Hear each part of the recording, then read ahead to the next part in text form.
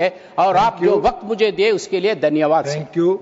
Shrimati Priyanka Chaturvedi ji 4 minutes. Sir नमस्कार।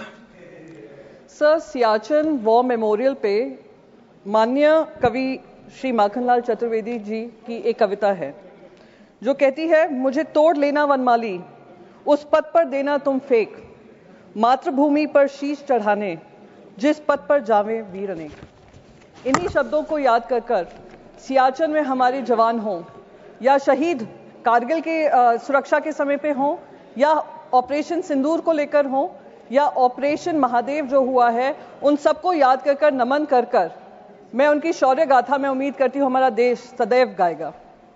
साथ ही साथ मैं उन सारे परिवारजनों को श्रद्धांजलि व्यक्त करना चाहूंगी जिनकी जानें वो पहलगाम में गई, आतंकी हमले में गई, पाकिस्तान स्पॉन्सर्ड आतंकी हमले में गई और वो अभी भी उम्मीद कर रहे हैं कि हर तरीके से ऑपरेशन सिंदूर, जो कल खुद प्रधानमंत्री जी ने कहा कि ऑपरेशन सिंदूर अभी भी जारी है, उस ऑपरेशन सिंदूर के तहत उनको हर पैमाने पे न्याय मिलेगा और नापाक हरकतें जो पाकिस्तान से होती हैं उसको खत्म करने का काम हमारी वीर सेना करेगी। सर, कल प्रधानमंत्री जी ने ऑपरेशन सिंदूर के बारे में कहा वो अभी भी जारी है और मैं उनका शुक्रिया अदा करती हूं कि उन्होंने देश को याद दिलाया कि ऑपरेशन सिंदूर में जो हमारी सेना ने किया वो अब तक खत्म नहीं हुआ है, हम इनकी नापाक हरकतों को खत्म करेंगे। पर कुछ सुझाव मेरे भी हैं। जब पहलगाम हुआ था मेरे मन में भी बहुत सवाल थे। 2 हफ्ते पहले वहां पे गृह मंत्री जी गए थे और उन्होंने कहा था आतंकवाद को बिल्कुल समाप्त कर दिया है। 2019 में जब 370 धारा हटी थी, कौन भूल सकता है गृह मंत्री के वो शब्द जहां उन्होंने कहा था पीओके के लिए हम जान भी दे देंगे। तिरंगा यात्रा हुआ था, हम पार्लियामेंट्री डेलीगेशन जब गया था, हम जाने से पहले तिरंगा यात्रा हुआ था जिसमें गृह मंत्री ने कहा अब बातचीत पाकिस्तान से होगी तो सिर्फ पीओके को लेकर होगी।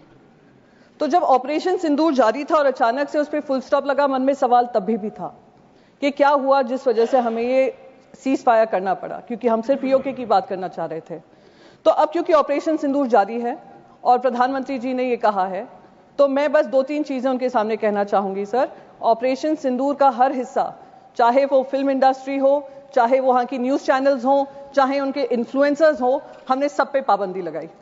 सर, अब समय आ गया है कि क्रिकेट पर भी पाबंदी लगनी चाहिए। सर, हमारे विदेश मंत्री ने कहा कि मैं गर्व होता है इस बात का कि मैं उस पार्लियामेंट्री डेलीगेशन में शामिल थी जिसकी जिम्मेदारी मुझे सरकार ने दी थी।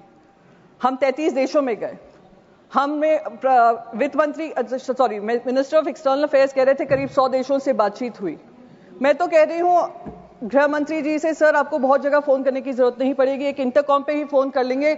आईसीसी के चेयरमैन को अगर आप कह देंगे कि ये इंडिया पाकिस्तान मैच नहीं हो सकता तो नहीं होगा, ये हमारे ऑपरेशन सिंदूर की कामयाबी होगी। सर हम जो 26 महिलाएं जो विधवा हुई वो उनके मुंह, हम उनके मुंह पे जाकर कहेंगे कि हमें वो इंडिया पाकिस्तान मैच खेलना है, हम पैसा कमाना चाहते हैं, पैसे के ऊपर आपका परिवार नहीं है।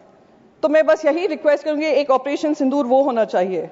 सर, ऑपरेशन सिंदूर में हमने पाकिस्तान को तो मुंह तोड़ जवाब दिया और उसका गर्व है, हम सबको गर्व है, विपक्ष को भी गर्व है क्योंकि विपक्ष आपके साथ खड़ा रहा। जिन लोगों को एंटी नेशनल कहा गया था 2014 से, उन्हीं ने देश का तिरंगा सबसे ऊपर लहराया विदेशों में जाकर।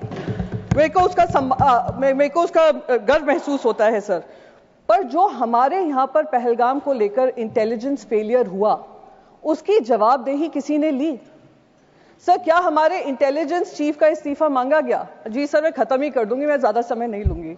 सर, बस 20 सेकेंड में खत्म कर दूं। सर, उस इंपॉर्टेंट मिशन का हिस्सा थी।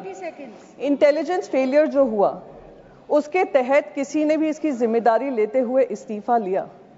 इस्तीफा होने चाहिए सर। तब तक ये ऑपरेशन सिंदूर कंप्लीट नहीं होगा जब तक आउटसाइड वर्ल्ड को तो हमने पाकिस्तान को 2 टूक जवाब देकर अकाउंटेबिलिटी तय की, जब तक इंटरनल अकाउंटेबिलिटी हम तय नहीं करेंगे। 20 सेकंड हो गए। जय Hind. Thank you very much. माननीय उपेंद्र कुशवाहा 4 मिनट।